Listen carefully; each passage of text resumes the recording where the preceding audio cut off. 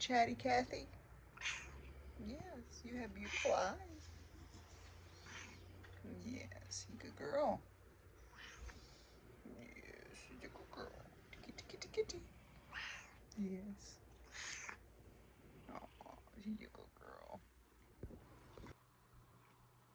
What are you doing? Hmm?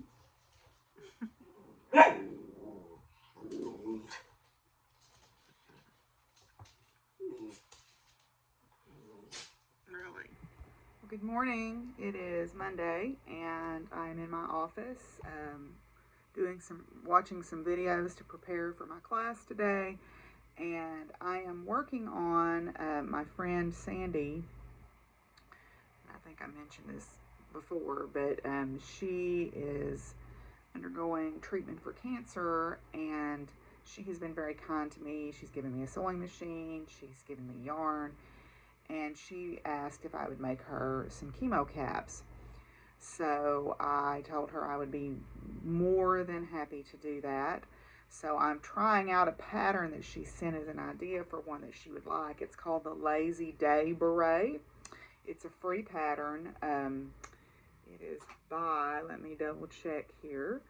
It is by Heart Hook and Home. You can find it through Ravelry, but you end up going to their website to see the pattern. It's an easy pattern to follow. It's got what she calls a forked double half double crochet. So instead of crocheting into the top of the stitch, you're crocheting in between the stitches. So it makes it a little snugger, and then it's a double half double. So it's working up fairly quickly. I started this last night, and I'm done with the crown increases. You can make it. It has options for how to make it more or less slouchy. So I am working on this for my friend Sandy, and I missed a stitch there. But anyway, so I picked out some other patterns too, because I want to make her, maybe 4 or 5 hats, and I don't want to make the same hat 5 times. So I'm probably going to make 2 of these. This is actually some yarn that she gave me, so I thought it would be a good choice for one to sort of try out the pattern. Plus, I really like this pattern. I might make one for myself at some point. I'm going to make hers out of soft acrylic yarn so that she can put them in the washing machine if she wants to. I think I could work this up in a DK yarn as well for myself. I've got some really pretty DK yarn that I have wound, and I've been wanting to make myself a hat out of it. Can't crochet and talk apparently. But anyway, so yeah, so I'm done with the crown increases, and now I'm going down the sides here. This week is going to be a short week because it's our fall break week here at UCA, and today I have my Smart But Scattered book group, which is the book group that's reading the book about executive function.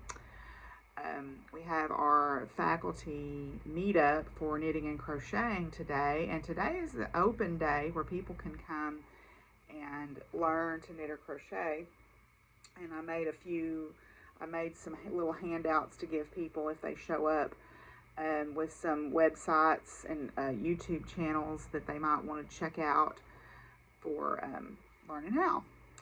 So I couldn't lay my hands on my Complete Idiot's Guide to Knitting and Crocheting, which is how I learned, primarily because they have left-handed instructions. That's how I learned. So that book is in the back corner of my sewing room, and my pet net fell down, so I had an avalanche of cuddly toys in front of it, so I'll have to dig it out later. Anyway, we're off here on a new week, and I'll check back in with you guys later. Well, I finished the beret. This is the Lazy Day Beret. It's a free pattern, like I mentioned already. It was very quick. This is an Aran weight yarn, but I think you could adapt it really to any size. You could adapt it really to any size yarn that you wanted to. I like this stitch. It's what's called a forked half double crochet, where you crochet in between the stitches instead of in the top of the stitches, and it makes for a denser fabric. So I really like that. So yeah, pretty happy with that. So hopefully Sandy will like it too. Well, the first bale hay is out for the year. Whew. That's the currency of the farmer, is that hay a lot of times. So anyway, put the first bale out, and now I'm gonna go out here and pick what's left of the hot peppers. Well, here's the last of it. I picked all the tomatoes and peppers I could fit in this bucket, and the last 2 trumbuccino squash. So that's it for the garden for this year. My friend Cassie sent me a package, and she found these great signs at her local Family Dollar, or Dollar Tree, I think she said. So she sent me these great signs. These are going to hang up all year long at my house. So I'm pretty excited about those. And then she also sent me this beautiful piece of fabric. Isn't that gorgeous? It's just so beautiful. It's velvet. So I'm going to have to make something super nice out of that. You under your blankie? You under the blankie? Yes, you're a good boy. Yes. What we got going on over here? Willie, what have you got? And Daffodil. Daffodil? You don't want a blankie? Here's a blankie. So everybody's got a blankie. Yes, and here's Simon. And here's Cammy right up on top of me. One of my favorite kind of candy bars are Zero bars. My grandpa used to buy these for me. I think I've talked about these before, but have to treat myself to one every once in a while. I can get them at the feed store, gas station. That's where I get Shirley's peanut patties too, and they have moon pies also. So just a nice little nostalgic treat, a Zero bar.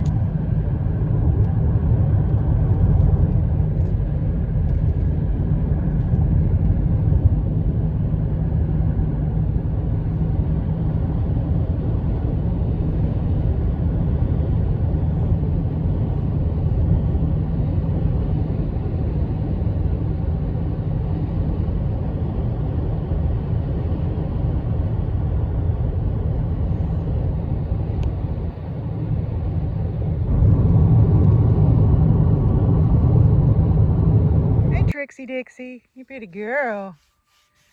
Yes, she's a pretty girl. Yes. Yeah, hi baby. Hello vandals. Hey kiddos, is that good hay? Is that good hay? Hi babies. Hello Pin Pin. Looks like I lost my hay strings on the ground there. Hi. Hi. Hello. I don't have anything. Hello. Didn't you hear me calling you? You two rotten outfits. Had me all worried. What are y'all doing down here? Did you find some grass? Oh, okay. You found a patch of green grass. Okay. Hey, buddy. Hey, buddy. Hello, pretty boy. Hello, handsome. Y'all found some grass, so you don't care about that old hay yet. Well, that's good. That's good. Yeah. Yeah, they're not really wanting hay yet. They've still got grass. So, you're good. You're very nosy. Aren't you? Yeah, you're nosy. You're a good girl. You're a good girl. Yeah. Y'all don't really care about that bale of hay, do you? You're just piffling around with it. Hi, Bo. Hello, Bo. What a handsome man. What a handsome man. Yeah, him a good boy. Him's a good boy. Hi, Hershey. Chunkalata. Y'all are definitely not hurting for something to eat, are you? Hi, Hershey. Oh, good boy. You smelling my boots? Hershey Bershey. Good boy. Good boy.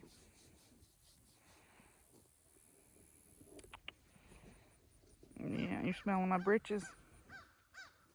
Good boy. Hi, Loki. Hi, Loki. He's a good boy. Yes, he's a good boy. He's a good boy. Fuzzballs. Well, here's 2 trays of dried peppers. These are the less hot ones, and these are the crazy hot ones. So I think I'm going to start some hot pepper oil, infusing some oil with these to make some muscle rub. So we'll see. Well, I am working on grading an exam right now. I finally got settled down where I could do that. I had a meeting, and I was supposed to have another meeting, but they sent me the wrong Zoom invitation, so I don't know what I'm supposed to be doing on that. But had to run to town today to get groceries and get feed at the feed store. And yesterday, I had a package delivered that was postage due, and I had the substitute carrier, and she was confused, and I was confused. Well, then I had expected a package for a friend of mine's birthday, and it said it was delivered, but she didn't give it to me. So I figured, with the flustering over the postage due package and all that stuff, and it was a lot postage due. My friend sent me these things, and I'm like, I showed them yesterday, and I'm like, why did you just not wait and give me those when you saw me? I could have drove and got them from you.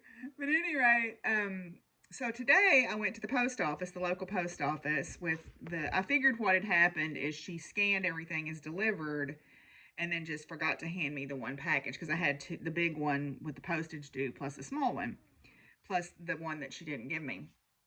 And so I went by, and the benefit of living in a small town is the postmaster recognizes me and knows me, and she's like, yeah, I was wanting to talk to you about that postage due package. And I'm like, yeah. And she said, how did you pay for that? And I said, I wrote a check.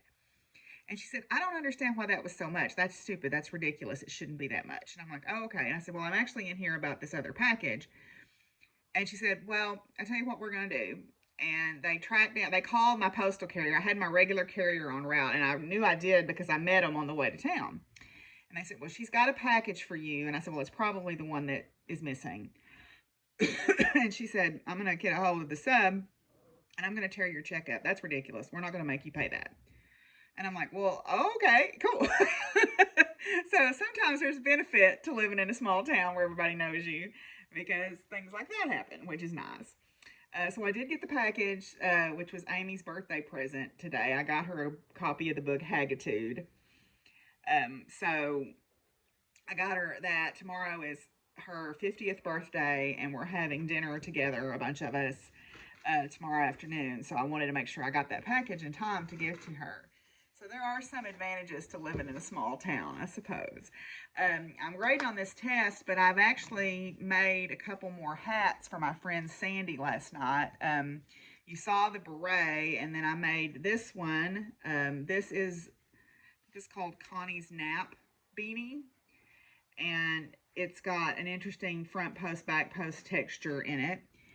And then this one is, I can't remember which one this is. I think this is called, let me look it up real quick, since I have my pages open right here. I can get it to pull up. This is let me find it. This is the Dreamweaver beanie. So yeah, this is Connie's sleep cap, and this is the Dreamweaver beanie. And this is just made out of some yarn. Now, Sandy gave me this yarn to make some stuff for her. And then this was a skein of yarn that I had. And I'm making some different styles and different sizes. And right now, I'm working on the 30-minute beanie in super bulky yarn. And I'm almost done with the first one. I'm going to make her one more of these. Got some other super bulky yarn here. And then she gave me some hand spun that I'm going to crochet. I think I'm going to crochet her one out of her hand spun. So she'll have a nice, pretty, soft beanie.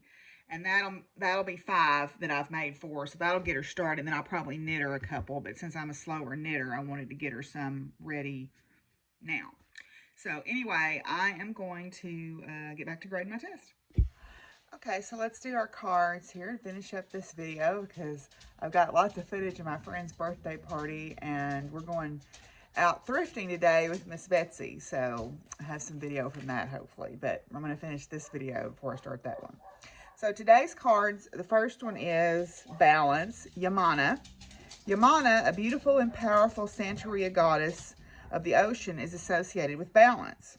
As the divine mother of the 14 gods and goddesses who make up the Santeria religion's sacred pantheon, she occupies an exalted position and is honored as the Holy Queen Sea.